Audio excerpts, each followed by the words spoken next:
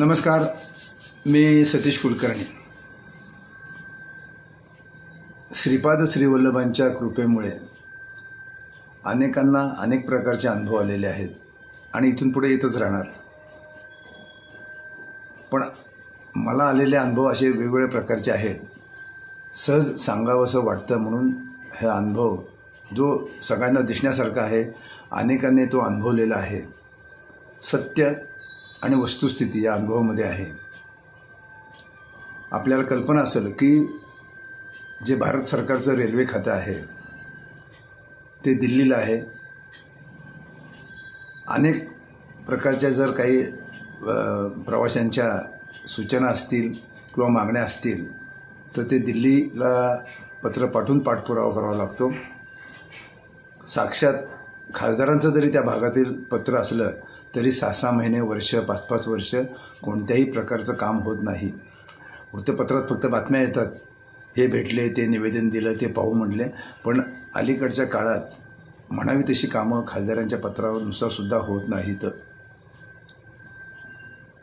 श्रीपाद श्रीवल्लभांच्या मंदिरात जेव्हा मी सुरुवातीला जायला लागलो तेव्हा पीठाधिपती परमपूज्य रामस्वामींची माझी भेट झाली आणि त्यांनी सांगितलं की इकडं भविष्यामध्ये फार लोक येतील आणि कोणार्क एक्सप्रेस पिठापूरला थांबावी म्हणून आम्ही गेली 5 वर्ष आम्ही प्रयत्न करत आहोत, परंतु अद्याप यश आले नाही. आम्ही 25,000 सह्यांचं निवेदन रेल्वे मंत्र्यांना पाठवलं पण उपयोग झाला नाही. त्याच्यानंतर माझा बऱ्याच वेळा कोणार्क एक्सप्रेसने प्रवास झाला आणि मग श्रीपादांच्या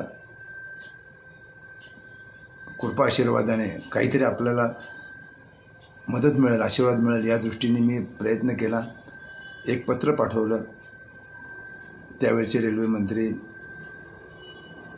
त्याच्यानंतर फडणवीस साहेबांना एक पत्र पाठवलं आणि योगायोग म्हणजे कोणार्क एक्सप्रेस एक साध्या पत्रावर पिठापूरला थांबू लागली. आणि त्याच्यानंतर जी 18520 LTT एक्सप्रेस आहे ती तर फार सुपरफास्ट होती, कारण तिला अगदी ठराविक स्टॉप होते. मुंबईहून सुटल्यानंतर पहिलं पुणे, पुण्यानंतर एकदम सोलापूर, सोलापूरनंतर गुलबर्गा, नंतर सिकंदराबाद. ती गाडी थांबणं तर फार अवघड वाटत होतं, पण तोही प्रयत्न केला आणि योगायोगाने 6 महिन्याच्या अंतराने LTT एक्सप्रेससुद्धा पिठापूरला थांबू लागली. त्यामुळं आता गेल्या 4-4.5 वर्षात तर अनेकांची सोय झालेली आहे आणि भविष्यामध्ये सुद्धा फार मोठी सोय या गाडी थांब्यामुळं होणार आहे.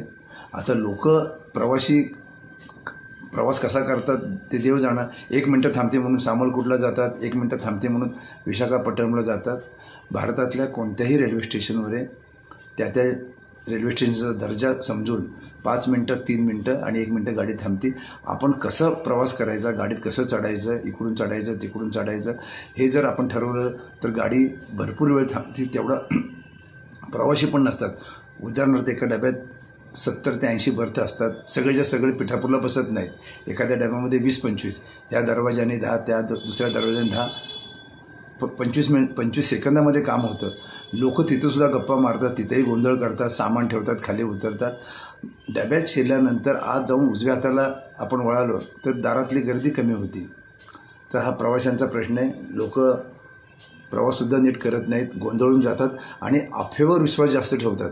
अजूनही मला बरीच लोक म्हणतात की आम्ही विशाखापट्टणमला बसतो, आम्ही सामलकोटला बसतो. कारण काय तर गाडी पिठापूरला 1 ते 1.5 मिनटं थांबते, गाडी 2 मिनटं थांबते. सामलकोटला उलट आता 1 मिनटं त्यांनी कमी केलं, कारण सामलकोटला लोक जास्त बसत नाही, पिठापूरलाच बसतात. आणि जेव्हा गाडी प्लॅटफॉर्मला येते तेव्हा त्या ड्रायव्हरचं लक्ष असतं किती साधारण लोक आहेत. त्यानंतर बऱ्याच वेळा आम्ही स्टेशन मास्तरला सांगतो, पण गेल्या 4.5 वर्षामध्ये एखादी व्यक्ती प्लॅटफॉर्मवर थांबली आणि गाडी गेली असं कधीही झालं नाही. कदाचित योगायोगाने बऱ्याच वेळेला पिठापूर स्टेशनला क्रॉसिंग घेतलं जातं आणि गाडी मग जवळजवळ 12-15 मिनटं थांबते. दुसरं, ह्या दोन्ही गाड्या थांबू लागल्या. त्याच्यानंतर कल्याण, डोंबिवली, ठाणे भागातील लोकांना कुर्ल्याला जावं लागायचं, तोही पाठपुरावा केला. ती गाडी येताना कल्याणला थांबते पण जाताना ती पनवेल मार्गे जातं असं बरेच लोक म्हणाले. त्यामुळे जातानाचा कल्याणचा काही प्रश्न येत नाही. लोक कुर्ल्याला उतरतात आणि पुन्हा मग ठाणे, डोंबिवली इकडे येतात. पण मात्र निघताना, पिठापूरकडे निघताना ती गाडी थांबते. त्यामुळे फार लोकांची सोय झालेली आहे. या अघटित लीला श्रीपाद वल्लभांच्या कृपेने झालेल्या आहेत. अजून बऱ्याच गोष्टी आहेत. पिठापूर रेल्वे स्टेशनचा आता कायापालट होतो आहे. कुणी श्रेय घ्यायचं त्यांनी आत्ताच मी सांगतो, कुणीही श्रेय घ्या, पण काम झालं हे महत्त्वाचं आहे. आणि सगळा पत्रव्यवहार माझ्याकडं आहे. वाटलं तर मी व्हॉट्सअपला आता एकदा सर्व ते फाईलच टाकणार आहे, PDF फाईल, म्हणजे काय केल्यानंतर काय होतं आणि मला कुणी कुणी सहकार्य केले. श्रीपाद वल्लभांच्या आशीर्वादाशिवाय हे शक्य नाही. सर्वात महत्त्वाच्या 2 गोष्टी की त्या प्लॅटफॉर्मवर पूर्वी 2 पंखे होते. कारण 2008 सालापासून मी जात असलो तरी गाडी मात्र पिठापूरला 2019पासून थांबू लागली, 18-19ला. त्याच्या अगोदर आम्हाला सामलकोटला तिथेही काही सुधारणा झाल्या. परंतु जेव्हा 2018ला मी पिठापूर स्टेशनला पहिल्या 2 थांब्याला आलो तेव्हा फक्त 2 पंखे होते. वर्ष 1.5 वर्ष फार त्रास झाला. आता तिथं 16 पंखे बसवलेत.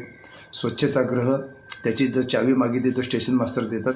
का त्यांचं म्हणणं असं पडलं की बरेच इतर बाहेरचे भिकारी वगैरे येऊन ते अस्वच्छ करतात, म्हणून चावी मागितल्यानंतर आम्ही त्या पॅसेंजरला देऊ शकतो, त्याने परत आम्हाला आणून द्यायला पाहिजे. अजूनही भविष्यात पिठापूर रेल्वे स्टेशनला फार सुधारणा होतील. बाहेरच्या बाजूने सगळं नूतनीकरण झालं आहे. आतल्या बाजूने स्वच्छता आहे, पंखे आहेत, लाईट आहेत. आता काही फवारणी वगैरे करायची डासासंदर्भात तोही पाठपुरावा चालू आहे. सर्वात महत्त्वाचं की आता 3 महिन्यामध्येच प्लॅटफॉर्म नंबर 1 वरून 2 वर जाण्यासाठी जी लिफ्ट होणार आहे त्याचं बांधकाम जवळजवळ 80% झालेलं आहे आणि 3 महिन्यात ती लिफ्ट सुरू होईल.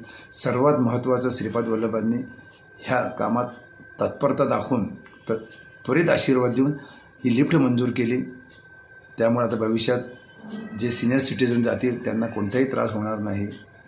एक असामान्य व्यक्तीकडून मात्र सामान्यपणे जे काम मोठमोठ्या लोकांकडे होत नाहीत, अवघड कामं, आणि रेल्वेच्या कामाचं तर नाव काढू नका, रेल्वेची कामं सहजासहजी होत नाहीत.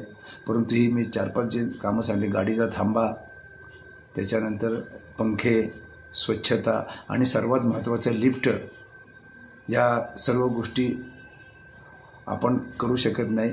पण श्रीपाद वल्लभांच्या आशीर्वादामुळे अशक्य ते शक्य श्रीपादांनी त्वरित करून दाखवलं. त्यांच्या चरणीत आमचा प्रणाम आहे. शक्यतो लोकांनी पिठापूरला बसावं, पिठापूरला उतरावं. गाडी थांबते असं कधीही घडत नाही. विनाकारण सामरकोटला जा या मी वारंवार सांगतो आहे. पिठापूर स्टेशनच्या अजून जर काही अडचणी असतील तर मला कळवा, त्याचाही मी पाठपुरावा करेल. आणि जे श्रीपादांनी आपल्याला उपलब्ध करून दिलं आहे त्याचा तुम्ही लाभ घ्या. आणखी काही गोष्टी आहेत ते मी दुसऱ्या भागामध्ये सांगेल. परंतु ही जी अशक्य ती शक्य कामं झालेली आहेत. इकडच्या बाजूला आपण सांगायचं महाराष्ट्रात अक्कलकोट आणि गाणगापूर, पिठापूरपेक्षा मोठं स्टेशन असूनसुद्धा तिथंसुद्धा एवढ्या अजून सोयी झालेल्या नाहीत. त्या परप्रांतामध्ये केवळ श्रीपाद श्री वल्लभ पिठापूरला आहेत. कलौ श्रीपाद श्री वल्लभ, कलियुगाची जबाबदारी श्रीपादांवर आहे. आणि तिथं ज्या भक्तांना श्रीपाद श्री वल्लभ बोलवतात त्यांना कोणताही त्रास होऊ नये, त्यांना जास्तीत जास्त सेवा मिळावे ही श्रीपादांची इच्छा आहे. आणि ही जागरूकता पिठापूरला जाणवते. आणि असे छोटे मोठे अनुभव मला आलेत. जेव्हा शक्य तेव्हा मी त्याचा खुलासा करून सांगाल. श्रीपादांच्या चरणी नमस्कार. आणि भाविकांना या सोयी आहेत त्याचा फायदा घ्यावा, त्याचा उपयोग करून घ्यावा अशी विनंती. नमस्कार.